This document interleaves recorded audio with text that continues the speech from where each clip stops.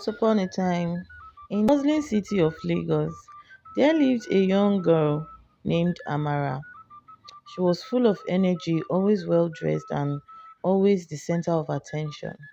But despite her outward charm, Amara had a serious flaw. She was arrogant and disrespectful, especially as a well known businessman, and her mother, Mrs. Ngozi, was a successful lawyer. They had worked tirelessly to provide a comfortable life for Amara and her siblings.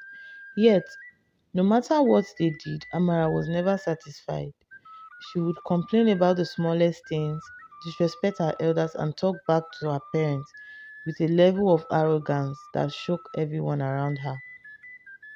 You are always nagging, Mom. I am not a baby, she would say when her mom asked her to do something around the house. When her father told her to help with family matters, Amara would roll her eyes, saying, I have better things to do than sit around and listening to you. Her parents, who were always patient with her, tried everything they could think of. They spoke to her calmly, they raised their voices, and they even grounded her, but nothing seemed to work. Her behavior only got worse. They knew they had to do something drastic. One day, her father sat her down and said, Amara, it is clear that you need to learn some importance of life lessons. We have tried talking to you, but you are not listening. We will send you to the village for your national youth service. It will be a chance for you to experience the real world and understand the value of hard work, respect, and humility. Maybe then you will learn to appreciate what you have. Amara was taken aback. She had never imagined her parents would send her away like this. The idea of leaving the city where she had everything she needed to go she needed to go to a remote village seems like the worst punishment, but her father's decision was final. The next week, Amara found herself boarding a bus heading to a small village called Ibokwe in Enugu State. This village was nothing like the vibrant city life she was used to. The roads were dusty, the houses were made of mud, and the villagers lived simple, working lives. Amara was not excited about what laid ahead. She had always thought of herself as more sophisticated than those who lived in the village, and she believed the elders there would be stuck in the past. Upon arriving, Amara was greeted by the local NYC coordinator, an elderly man named Chief Agu. Chief Agu was a man of few words, but his presence commanded respect. He welcomed her with a stern look and said, you are here to learn, young lady. Don't expect comfort. You are going to work and you are going to respect the people here. You will only stay here as long as to prove that you can change your ways. Amara rolled her eyes, but she knew better than to challenge Chief Agu. She was assigned to work with the village farmers, where she would help plant crops and tend to the animals. She had never worked on a farm before and found the task exhausting. Unlike in the city where everything was convenient and easy, Amara had to wake up early, walk long distance to fetch water, help the villagers with physical labors. The first few days were unbearable for Amara. She hated the hot sun, the endless chores, and the lack of any luxury.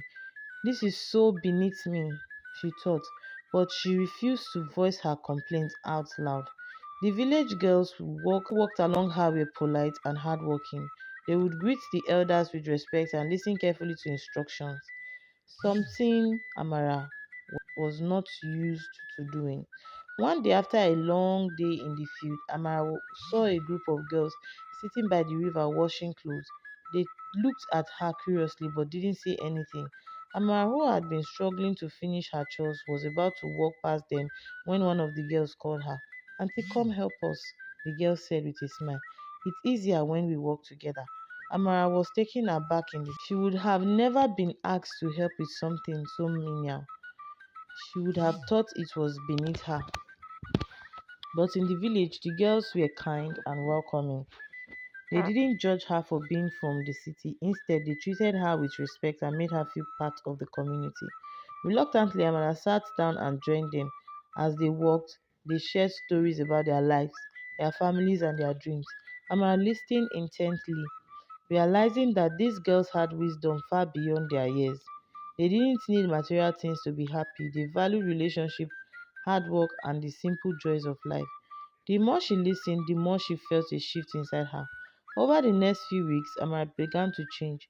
She worked harder in the field, no longer complaining about the heat or the long hours. She started to see the value in work she was doing, and the villagers began to notice her effort. Chief Agu, who had initially been stern with her, now nodded with approval when he saw her working diligently alongside the others. One day, a heavy rainstorm struck the village, flooding many of the homes. Amara, without thinking to help the villagers move their belongings to higher ground. She highlifeng.com. worked tirelessly, carrying heavy items and helping to rebuild what had been destroyed. As she walked, she realized that this was the kind of respect she had been missing all her life. Respect earned through actions, not words. As the weeks went by, Amara's relationship with the villagers deepened. She no longer saw herself as superior to them. Instead, she began to admire their strength, humility, and sense of community. The elders treated her like one of their own, sharing stories and wisdom about their custom and value. When Amara's time in the village was finally up, she returned to the city a changed person.